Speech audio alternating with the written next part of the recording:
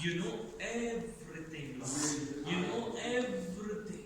Everything is naked before you. Lord, let your will come to pass. For you know everything.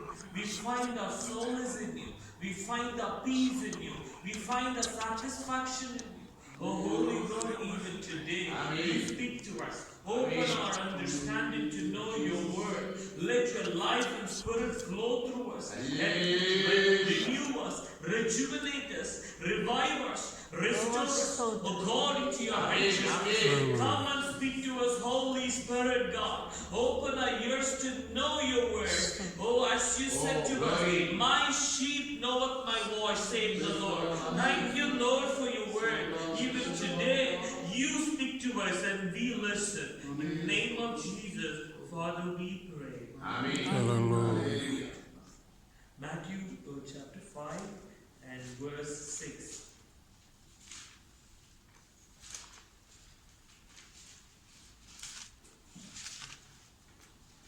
Matthew chapter 5 and verse 6.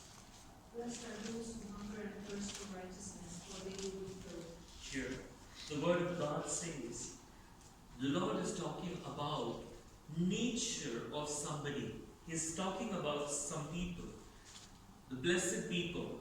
He's giving them an indicator how this blessed people will be like that. So one among the blessed people will be like this. They will have a hunger and thirst for what? Righteousness. He's talking about specific people. He's talking about a chosen people. He's talking about called people. So he's talking about their nature. These chosen ones will have hunger and thirst for righteousness.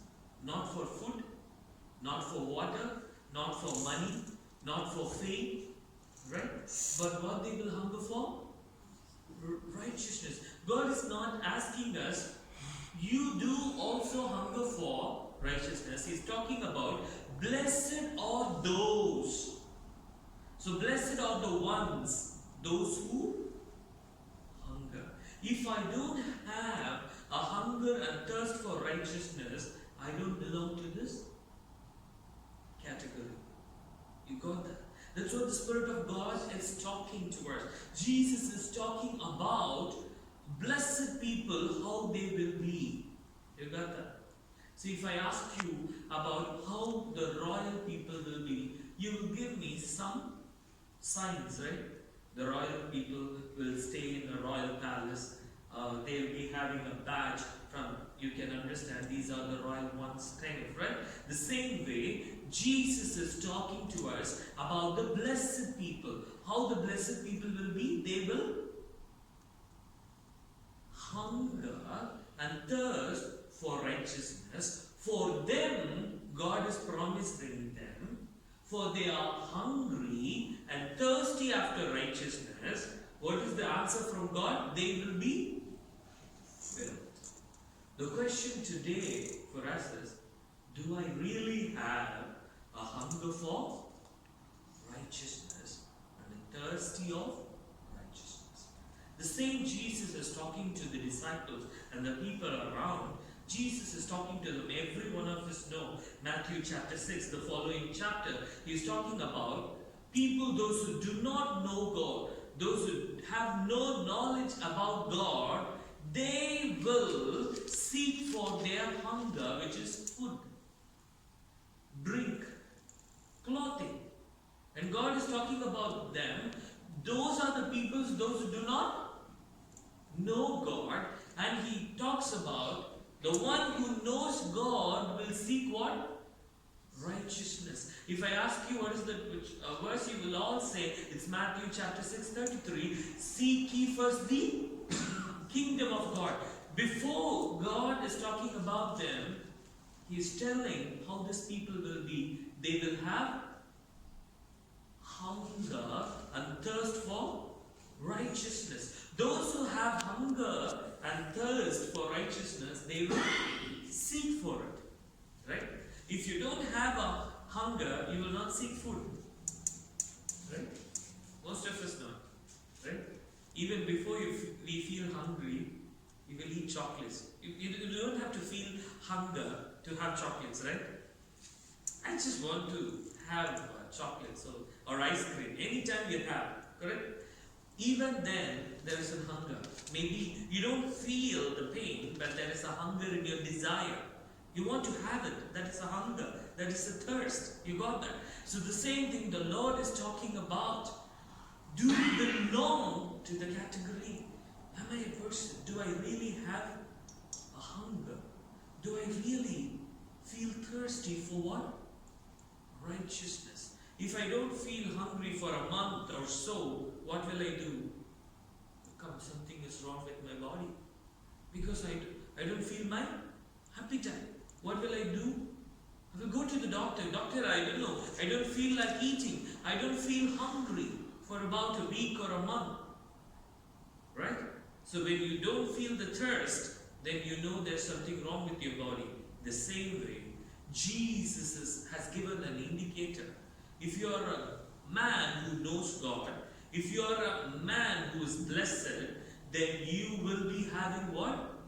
An hunger and thirst for righteousness. If you have a hunger and thirst for righteousness, obviously you will seek for it.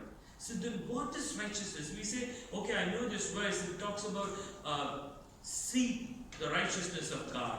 And I should thirst for righteousness. I should hunger for righteousness. What is righteousness? Is it about prayer and reading Bible? Is that the righteousness? What is righteousness? If I don't know what it is, then what will I hunger for? Right? What will I thirst for? The Lord is telling in chapter 1 Corinthians chapter 1 and verse 29.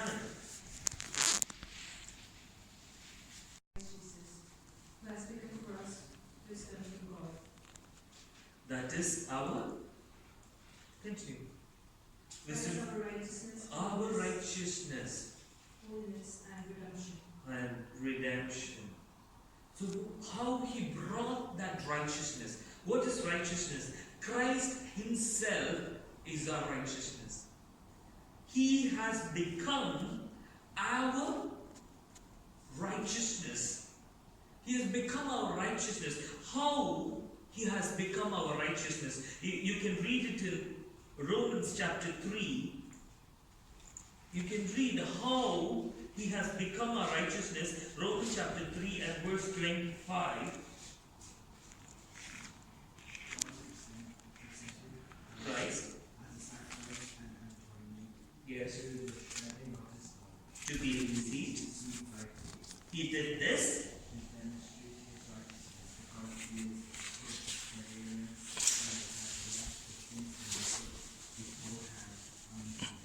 He did this to demonstrate his righteousness at the present time, so as to be just and one who justifies those who have faith in Jesus. So the God has brought the righteousness by shedding the blood of Jesus. You and I will come to know the righteousness through the breaking of Jesus, like breaking of the bread.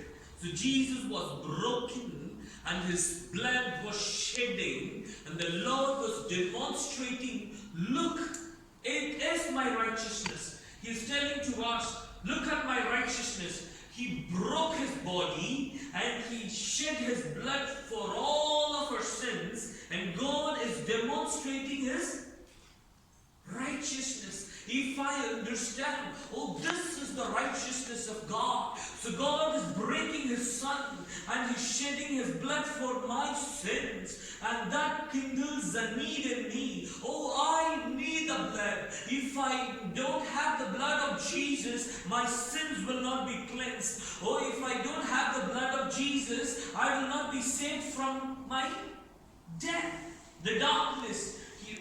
Beautifully, there is a mentioning, like it said, the God who said, let there be light to the darkness, is saying to us, be saved by faith in Jesus Christ. So the Lord of God is demonstrating it. How he demonstrates? He is making his son as a ransom for our debt.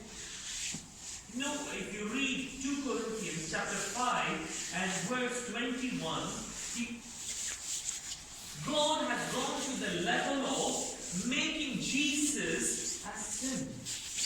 Chapter 5 and verse 21, it said, God made him who had no sin to be a sin. See, God made him who had no sin to be a sin for us, so that in him we might become the righteousness of God. Is it not amazing? So God made Jesus sin for you and me so that we would become his righteousness. So that's how God demonstrated his righteousness. If you want to know the righteousness of God, you can look at Jesus. If you look at the blood of Jesus, it is the righteousness of God. If you look at the bruised, the broken body, the scars on the body of Jesus, you can see the righteousness of God. If you look at the cross, you can see the righteousness of God. Isn't it beautiful? So that's what the Lord is saying. Blessed are those who know about Jesus' blood. Blessed are those who are thirsty of Jesus. Blessed are those who are hungry for Jesus. It is a love for Jesus. That's what Jesus said. I have not come for the righteous, because righteous things, they don't need Jesus. So Jesus said, I have come for the sinners. Unless you and I realize I am a sinner, I will not seek for Jesus. Only sinners look for Jesus. Only sinners can understand what is righteousness. God clearly said, no man can be righteous. In Romans it says, everyone. It includes every man of God in the Old Testament. It says, everyone has become unrighteous. That's why God has to send his Son. Right? So do I really long for Jesus? Do I really have a need for Jesus in my heart? In John chapter 6, God clearly mentioned, John chapter 6 and verse from 53 onwards, he says, I am the true bread, eat of me. I am the true drink of me, right? Those who are hungry and thirsty for righteousness. If I'm really hungry for righteousness, I will eat Jesus' body. If I'm really thirsty for righteousness, I will drink his blood. How will I eat his body? How will I drink his blood? By faith. That's what the Lord says. The Jews cannot receive Jesus because they were looking for righteousness by works. But the Lord has brought the righteousness apart from the law. By faith, you can receive righteousness. Right? How will I eat Jesus' body? By faith. How will I drink his blood? By faith. Right? So that's what the Lord says. Whoever believes and asks for his forgiveness, his blood will cleanse us from all our sins. Right? By faith we drink his blood. By faith we live. By faith we eat his body. That's how we will become the righteousness of God. If I eat his righteous body, if I drink his righteous blood, the righteousness of God will come into me. That's what 2 Corinthians 5:29 says, so that we will become righteousness of God. How will I become the righteousness of God? By having Jesus inside of me. How will I have Jesus inside of me? If I love Jesus, I will have him inside me. Right? So if you want to be the blessed one, which Jesus is talking about, blessed are those. If you want to belong to that category which Jesus spoke, blessed are those who are hungry and thirsty for righteousness, then you have to look for Jesus. I should seek the Lord Jesus. I should seek His face. I should long for His blood. Lord, let your blood be my drink. Lord, your body be my food, so that I will live. Jesus says, if you eat of me, if you drink of me, you will have eternal life. On the day of my return, I will raise you up so that you can live forever. So I finish off with wonderful parable which Jesus talked about. He was talking about two persons. In Luke chapter 18, he talks about two persons, tax collector and a sinner. Right? He was talking about two people. So the tax collector, both of them came to the temple of God. Both came seeking for the Lord. The tax collector and what's the other person? Let's see. A Pharisee. Yeah. The Pharisee came and get inside the church. And he was inside the church and he was praying to God. God, I'm fasting 2 days. I'm giving 1/10. I'm paying my tithe and my offering. I do everything. I'm not like the other person who's outside. He was not lying. He's doing everything. He was giving his tithe. He was giving offering. He was fasting twice a week and he was praying regularly. But still, the Lord said, you know what? He did not talk to them. The Lord was watching both of them. The Pharisee was praying inside the temple. The tax collector, he could not even enter the temple. He was staying outside the temple. He could not even look up to the heaven. Because he was feeling himself, oh, I am sinful. Bible did not say he's a sinner. He prayed that he was a sinner. Amen. God did not call him a sinner. He was a tax collector. Amen. But what did he say? No, before God, he came to the realization, I'm a sinner. Whatever we are, even if you live all your life not done a single sin, but you go before the holy God, you will call yourself a sinner. You don't have to do anything to call yourself a sinner, because before His holiness, we are sinners. Amen. It's not by acts. That's why the prophet, he said, Isaiah prophet, he was not a sinner. He was a prophet of God. He was anointed by the Spirit of God. Even God called him, you're my mouthpiece, the God anointed one. But when he stood before the holy presence of God, he said, oh, I'm a man with a sinful lips. Amen. So when the tax collectors, he could not even look before. He was bowing before the presence of God, said, God, I'm a sinner. Have mercy on me. He had a hunger for salvation. He was hungry. Though he did not do anything, but when he went before God, he said, Lord, I need your forgiveness. That is righteousness. If you know, Lord, I need your forgiveness, you're seeking for righteousness. God, I need your presence, you're seeking for righteousness. God, I need your holiness. Oh, God, I need your protection. God, I need your presence. Then you're seeking for righteousness. You know what God said? God is talking to us. At the end of the passage, God is telling you and me, God is talking about us. The other man did not go home justified. Amen. But this man went home justified. That is the righteousness of God. Amen. Right? If you and me belong to the category of the blessed ones, do you and me, whenever we go before the presence of God, do we really have the hunger for His salvation? Lord, save me. We have lost this desire. Once we become Christians, we think, okay, I'm already saved, I'm good now. No, when you lost the hunger, Lord, I want to be saved. Paul had that hunger.